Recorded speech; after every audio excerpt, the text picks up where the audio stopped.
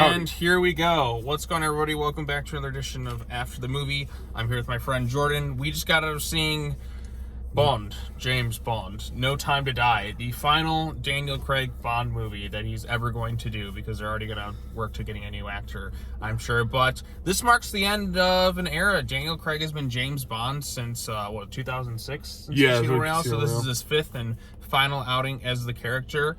And still very buff, though. Yeah, still, I mean, obviously he's in really good shape. He makes a fuck ton of money, so of course he's got to be in pretty good shape to be playing James Bond. But it's gonna be different, like, because Casino Royale did a really good job of kind of reinventing the Bond franchise after. It's a debatable term, but yeah. Well, I mean, it was a very well-liked Bond movie. It was a movie that a lot of people kind of look into being like the gold standard of the Craig films. My personal favorite Daniel Craig Bond film is Skyfall. I remember seeing that when it came out in the theaters, and that was one they had the great song in there by Adele, one of the best Bond songs. Yeah, I really liked. I feel like Adele's kind of got my perfect voice for like a Bond song. Is it my favorite Bond song? I give that to A View to a Kill. That's that one's clearly the best. I mean, they all get progressively worse over time, but yeah, View to a Kill is definitely the best one. No. Die Another Day by Madonna is the best one. Let's not talk about that. The auto-tuning on that song is just wonderful. Jeez. Die Another Day is hilarious, though. Like, Die Another Day is like, it's like the perfect blend of like, it's like, are you like the worst? And no, that's a brilliant film. Like surfing on ice after people. Like I don't know who came up with that, but that's a great. I don't know. idea. And if you want kind of the fifth Pierce Brosnan, there's like a video game that's kind of the fifth one and has Willem Dafoe as the Bond villain. Yeah, it has a better story than the other 4 Bond movies. Go figure. It's that would have been a cool Bond movie. Everything or Nothing, I believe, was the game. Yeah. Right, but like, I mean. Well, I guess we could talk about a brief history of James Bond. I mean, like, just some of our thoughts, I guess, on the other ones.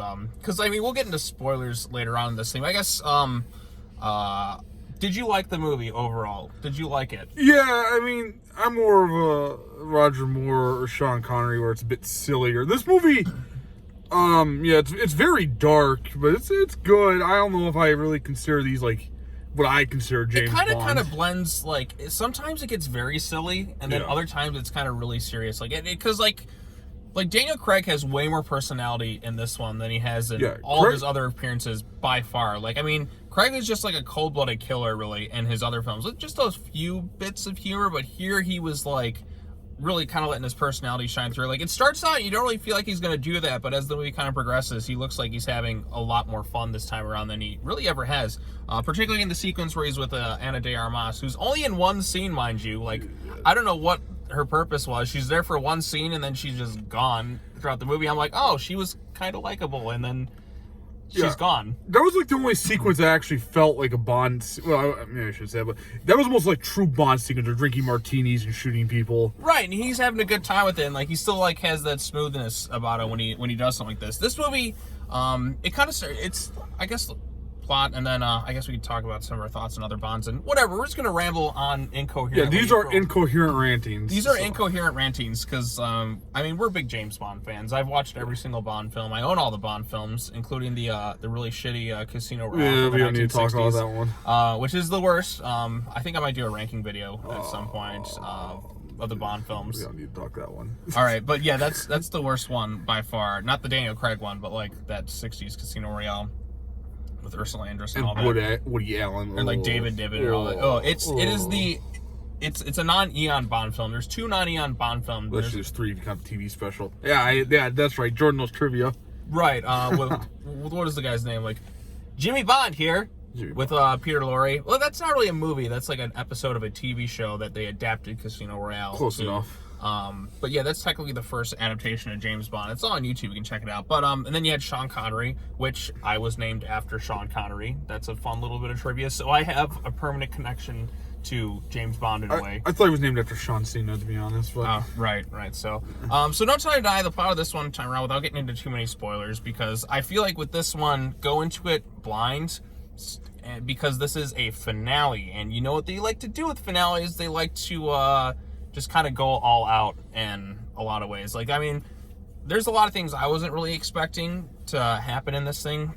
There's a lot of reveals, so I don't really want to give that away until, but I do really want to talk about kind of what happens like in this film. So I guess we'll keep things really vague early on, and then we'll get into spoilers. I mean, we're just kind of rambling incoherently, but No Time to Die is the plot of this time around. Is James Bond is retired after the events of Spectre. He's hooked up with Madeline Swan, and he's kind of living his life. He's traveling around the world and stuff. He goes to Italy. He goes to kind of pay his respects to Vesper Lynn, Eva Green in Casino Royale. And then, boom, some chaos happens. You can see it in the trailers, like all sorts of crazy stuff starts happening. Spectre seems to be involved. There's this villain played by Rami Malek, who was he was in that Queen movie, Bohemian Rhapsody, where he played Freddie Mercury. And he's been in a few other things, but I guess him as a villain, he's kind of like middle of the road in terms of Bond He only villains. has like 4 lines in the movie. Right, but like, when you first see him in the movie, like his first scenes, like the opening sequence in this movie is actually like pretty intense, and it really didn't feel like a Bond movie. It's very long too. Right. This is the longest James Bond movie by far. I mean, we're in there for like 3 hours. The opening sequence was like 20 minutes, wasn't it? It's pretty lengthy. Right. You have the opening sequence with the ice house. The ice house, and then you have the Bond stuff where you're just kind of enjoying life with Madeline Swan, and all this chaos ensues, and Bond has to kind of get back into action. Somebody else has taken over the 00 moniker. Ever since Bond kind of left, they thought he was retired. What was her name? I don't even remember. I don't remember her name, but she was replacement 007 for a bit. But over the course of the film, they kind of learn to kind of respect each other, and she eventually gives him back the 007 thing because she realizes that she's not going to be able to fill Bond's shoes. And I'm like, okay, that's actually a pretty good thing. You actually see a bit of character growth, and you can definitely feel like she gets kind of uncomfortable, like, hey, this guy's gonna come in here and steal my spotlight. And I kind of like that. So I like that with her and Bond, and that kind of dynamic that they had there. Felix is back for a little bit. R.I.P. Oh yeah, spoilers. Sorry, Felix. I guess we could get into spoilers. I mean, I don't think there's really any way around it. All right, because we're trying to like beat around the bush with the way this thing ends. I mean, just go see a movie and then watch our crappy review. Yeah, this video kind of sucks. At this point, we're just kind of rambling incoherently. No, this is brilliant. This is what the people want. Incoherent ranting about James Bond. Yeah. So full spoilers from this point on. This video is just lost at this point. No, this is our greatest review of all time. Right. I mean, like I said, it's a beautifully shot movie. The action scenes are quite good. It definitely has some tonal shift problems. I feel like it's a little bit too long. I feel like it was fine when I was watching it, but you could have trimmed a lot of fat out of this movie. I don't know. I didn't mind the length. I wasn't bored when watching it. Right. This is a movie you need to set aside a lot of time for. Yeah, it is definitely lengthy. Yeah, the tonal issues are... It feels like a family drama, like at a lot of points, and then like a spy movie, and then there's like the comedic scenes in there. Yeah, a lot of the comedy, like, there's some funny bits with Daniel Craig that are pretty good, but then you have like these other awkward characters, like this one scientist who has like this bioweapon of sorts, and like he's like talking, and like it's trying to be funny, but it really comes across as just like is this guy just being a jackass, or is this supposed to be funny? It just, like, a lot of the humor doesn't quite land, and there's, like I said, there's some tonal issues with this thing. Like, it shifts all over the place. 1 minute it's super duper serious, and then the next minute it's like really goofy. But like, and it's tough to do because there's scenes where you want it to be kind of serious and like definitely have that dark grittiness to it, like kind of towards the ending of the film, like when like the stuff is as intense as can be. Yeah, once it gets to the end, there's very, very little serious humor. Very little bits of humor in that too. So I guess since we're gonna hit the 9 minute mark, we'll get into full spoilers in 5, 4, 3, 2, 1. Go see the movie. That was a very fast count. Right, I'm like a WWE official fast count. But yeah, I guess full spoilers here. So go see the movie. Don't want to give anything else away outside of just Felix dying. Yeah, but I mean, really Felix has barely been anything in these movies. Let's be real. Hasn't Felix died in other Bond movies as it is? I don't know. Like, I thought, didn't he get his leg bitten off by a shark? He did get his leg. Did he live in that? I think he lived. He's lived. His wife got killed though. License to Kill is like my second favorite Bond film. Like that one is just. This movie is a lot darker, I feel like, than License to Kill though. I don't know. License to Kill has some of the more graphic death scenes in some ways. It has its more graphic deaths, but I felt like this is definitely, I think, the most like unhappy Bond film. Yeah, this is not a happy Bond movie at all. Like, you really feel the stakes. Like, that's the thing with a lot of movies that are like the finale. You feel the stakes like with really kind of every scene's like characters like you kind of grew up watching and stuff. You know they're going to die. Which, big spoiler, They fucking did it. They actually killed James Bond. Yeah. And I even got choked up a little bit there, because, like, at first, I'm like, for years, I'm like, yeah, just like, before I really kind of got fully into the Bond movies, I just watched them, and then I really kind of immersed myself, about, like, 10, 15 years ago, like, a little after Casino Royale, really kind of get back into, like, Bond. I guess when the Bond 50 set came out is when I really started to immerse myself, because, like, I'd seen Bond movies before that, obviously, but, like, I never really fully into it, but, like, now I'm, like, you know, I watched the movies a few times, I really enjoy James Bond. And I was like, you know what, they should just kill James Bond off, because it's always kind of the same thing over and over again. But then now that I've finally seen it, it's like kind of one of those really tough to watch things, and I'm like, I thought it was pretty good. It's pretty heroic. yeah, it's a very heroic death for Bond, and it feels like Logan a bit, and like I feel like Logan in The Dark Knight Rises, because Hans Zimmer did the music for this thing, and the music sounds just like his Batman theme, like dun dun dun dun dun dun, dun, like I'm like, this sounds just like The Dark Knight. So you definitely have that finale type feel to it. Bond has a daughter now. Yeah. Yeah, and a wife. Well, I guess he's had. Well, he had a wife. We could have gone anywhere. Yeah, no, they actually did a good job with the history, because if you had seen, you know, on Her Majesty's Secret Service, which is already kind of the oddball Bond movie with, you know, Lazenby making his one film, and then the film's already shot in a very different manner than other Bond movies. This one really pays a lot of homage to that, with kind of a role reversal. Instead of his wife dying, you know, it's Bond who gets killed. Yeah, and then he has a daughter who only speaks French. Like, but her mom communicates. See, this is I sometimes don't like that in movies where it's like she communicates to her daughter in English, and then she responds with French. I'm like, just why is that a thing in a lot of movies? Well, you know why? It's because the reader or the average viewer probably can't read, so you know we have to make it simple. Sorry, average viewers who are watching this. Right, I can't speak, so. No, it's just kind of a thing that kind of bothers me in a lot of movies. It's like, okay, you're communicating in two different languages. Why can't you just communicate in one at the same time? You obviously understand what the other person's, you know, saying. Why can't you just... You know, it could be something that is more common in Europe as well, because most Americans only speak one language. Europe, right. If they speak two, that might be something that happens there. Right. I don't know. It's just kind of a gripe I sometimes have. But yeah, the villain this time around, he was just kind of weird. Like, he didn't, like, he's nowhere near as good as, like, a Le Chiffre or a Silver, mainly because he's barely in it. Like, he has a creepy opening scene with the lake and the girl. I'm like, and you don't see him either. Right, you don't see him. And, like, but, like, he doesn't look that much older than, like, he looks young. I think he's younger than Daniel Craig, but, like, he meets her as a little girl. I'm like, how much of an age I don't buy this one. Like, how much older was he when he first meets Madeline when she's a kid? And I don't know, that just kind of always just felt like strange. Yeah, well, his face does look pretty horribly deformed, so maybe that's it. Maybe but it seems to go away too with the little mask thing. Like, cause you look like early in the movie he's wearing this mask thing, and it looks like his mouth and that's all scarred in that. Yeah. But you look later on, it's like. Also, how does he survive in the beginning scene? He takes like 8 bullets. Right, he's like Michael Myers. He's like, I shot him 6 times, and then boom, he's somehow still alive. Seriously, like, when you see an opening scene, I was like, he got shot like a lot, and then right. He just he lets him drag her out, and then he's fine, and then he just that was lazy. How did he not bleed out? I don't know, like nothing really. That didn't make any sense. Right, there's a lot of like dumb stuff that doesn't quite make sense in this thing. Like that was one thing for there. I knew Felix was pretty much at his end there, like in the scene in the boats. You had that. R.I.P. Phoenix. R.I.P. Phoenix. Felix. Yes. Or Felix. Phoenix. Why am I saying Phoenix? It's because we were ripping on an X-Men when we were at Red Robin's. Commercial shout out. Yeah, commercial shout out to Red Robin for being one of the only places open in this godforsaken city. Intimate Ideas is open too across the street. Oh yeah. Sean, we're gonna go hang out there afterwards. Yeah. Whatever that place is. So anyways, No Time to Die.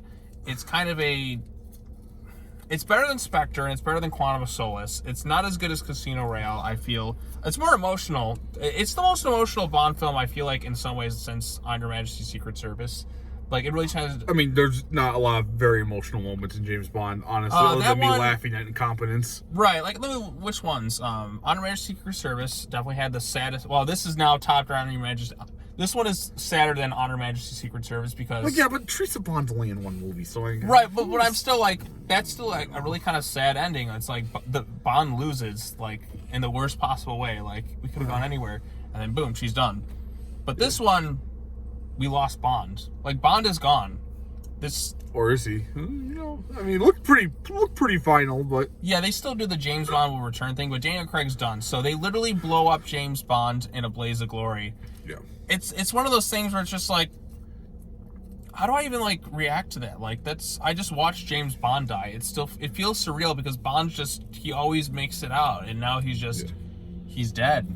They killed him, Jordan. They killed James Bond. You know, when I was watching this movie, the one other thing I thought that didn't make a lot of sense, the movie's villain is very tech based. They come up with this like bio weapon is using nanobots. Like, he's like, I had like this plant farm or whatever. I'm like, what is this like? But did you notice too at the end, or like looking at this computer screen of like all these people who are gonna die? It's like, who's his like target with this? Like, right? I guess he's gonna. It never really established. Like, I mean, they kind of do, but it's like it's not really like. It just seemed like he's trying to cause chaos. Maybe I don't really. He's not like.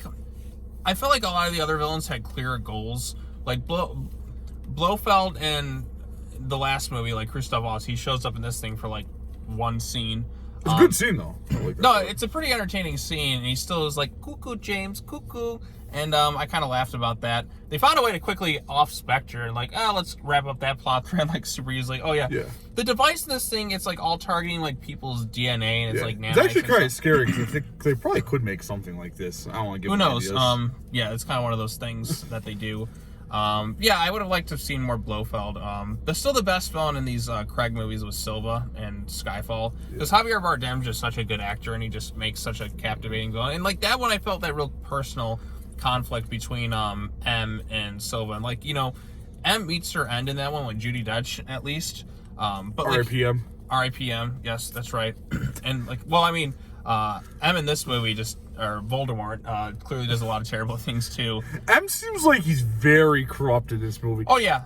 These government weapons they create really should not be allowed. They always backfire. Every single time you have one of these weapons in these movies, it backfires. You know what they needed? This actually scared me, this weapon, because I think about it, I'm like, this is kind of real, and if it was powerful, it could be easily exploited. Oh, absolutely. It really is kind of a horrifying a concept that they have in this thing, with this whole, like, nanite targeting DNA and just killing people who it sees as a problem. Right, and, well, here's another thing that they're like, oh, there's no irreversible thing for the nanites. What about your EMP device? Yeah, that is a plot. You'd have to think it's something that could create a magnetic shock would kill the nanites. It is. It is definitely very in the science fiction sphere. Right, it definitely takes a turn for that. Also, what about their spy plane? They literally had this crazy stealth spy plane that's in it for one flying sequence. Wasn't there a stealth bomber in it? Yeah, there's something in it, but like they don't take it to like leave the island at all. I'm like, did they not? No. They like forget about it. Like Bond never does anything with it. Like it's utilized to like land, and then they just let it blow up at the end. You also notice those bombers too. The whole time they're talking about, oh, we're causing an international thing, and they always say the same thing. Oh, just ignore it. It's like.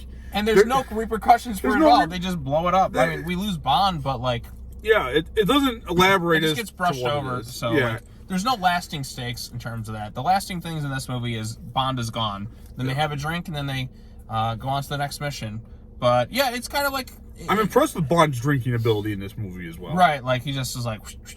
Yeah, I think the highlight before the Bond death, though, was definitely the scene with that Anna Lady. I don't remember her name. Because they're drinking martinis, and then they, like, shoot people, and then they go back to drinking martinis. Right. I'm like, that's very Roger Moore. They're just having a lot of fun. Just like... And then she just disappears from the movie. Yeah, like, why is she only in for the one scene? Like, she's kind of fine. Yeah, she's beautiful. Like, she's got charm, she's got charisma, she's got better comedic timing than, like, most of the other comedic relief in the movie. I'm like, wow, she would have been, like... pretty cool to see more throughout the movie, but like she's only in it for one scene. And I'm like, who are you? Where did you go? The other James Bond, I don't know if she's gonna be well, she's not really a James Bond. She's a 007. Right, but like, see, the thing is, they said that I don't know. Were you entertained by her? Like, I thought she was all right. She was all right. Like, I thought she was gonna be really insufferable based on a lot of the trailers. She doesn't say much. Right. I like a lot of the trailers made her out to be like really kind of unlikable. But I think like in the movie, like I feel like that's kind of like poor advertising because. Yeah. Or just misleading intentionally, because when you watch the movie, it's like, okay, like there's a bit of a fun rivalry between her and Bond, and there's a lot of times where he upstages her, sometimes she'll upstage him, And it's a good balance there. So, like, the trailers made it seem like it was going to kind of suck, but I thought it kind of worked in the film. Speaking of unexplained rivalries, what was the deal with the CIA MI6 rivalry? That also was another... There's a lot of plot points if you watch this movie too hard. Yeah, because the CIA and MI6 have worked together plenty of times. And then they're competing in this movie, and then it doesn't address, like, why like Felix was really tight with MI6, like, that's why him and Bond were buddies. But here, it's like, a lot of that just kind of got, like, thrown aside because... No, you know what it was? M fucked up really badly. And he's trying to cover his incompetence. I guess that would make sense, but... This movie seems kind of rushed in some parts, despite being delayed, like, a year and a half.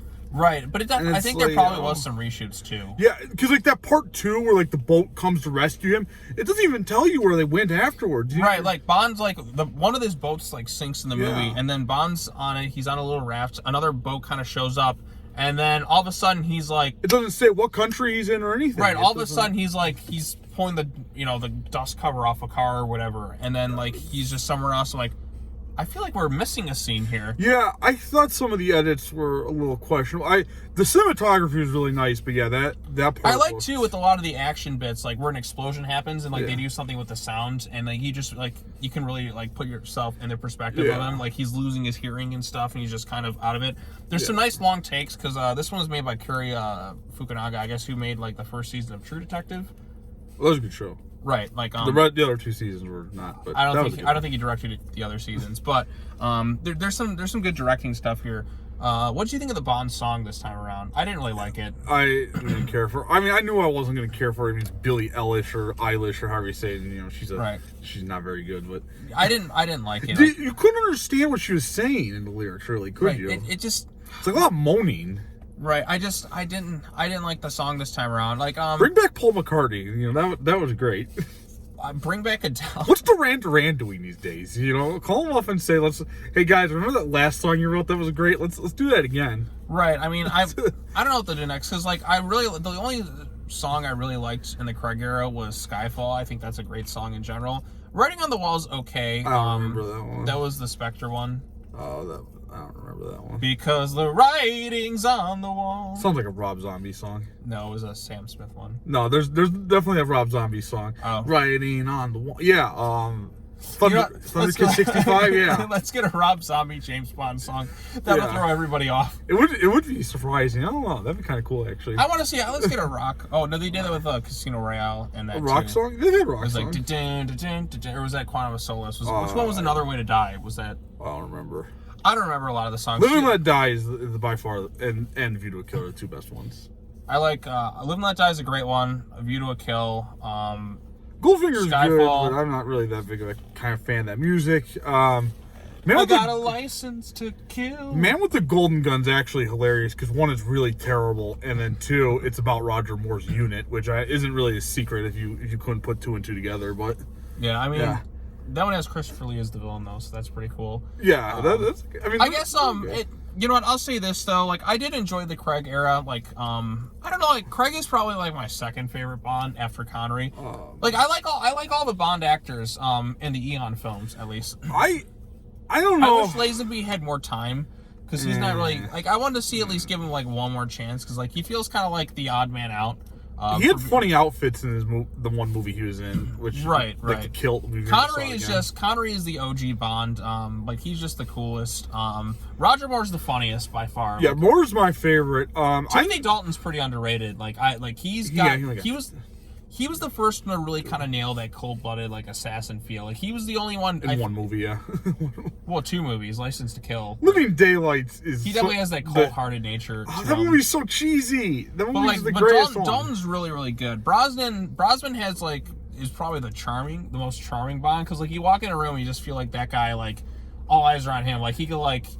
He's the one Archer definitely ripped off of the most. Yeah, like, I mean, Brosnan could do the comedy, too, like, with a lot of his delivery, but, like, I really liked Pierce Brosnan as James Bond. Like, he just, like, when you just think of, like, somebody like a James Bond, like, Brosnan is, like, the image that kind of comes to mind for that type of role. I thought Craig was really good, but these Bond movies are more serious than I would like from the series. Like, because I really like the Roger Moore ones where they're just absolutely preposterous and should not be taken seriously. Because these villains, like Hugo Drax, he's trying to, like, you know, exterminate Earth, and the movie's just a complete clown show. And it's like, this guy is really terrible if you think about it. No, they're just telling jokes and, you know, no big deal. Yeah, I mean, I just, like I said... And Jaws surviving a space crash, you know? I mean, without the parachute and all that stuff. Yeah, it's wonderful. And they wanted to bring Jaws back for Your Eyes Only, but God knows we couldn't have fun. We had to have a serious movie again.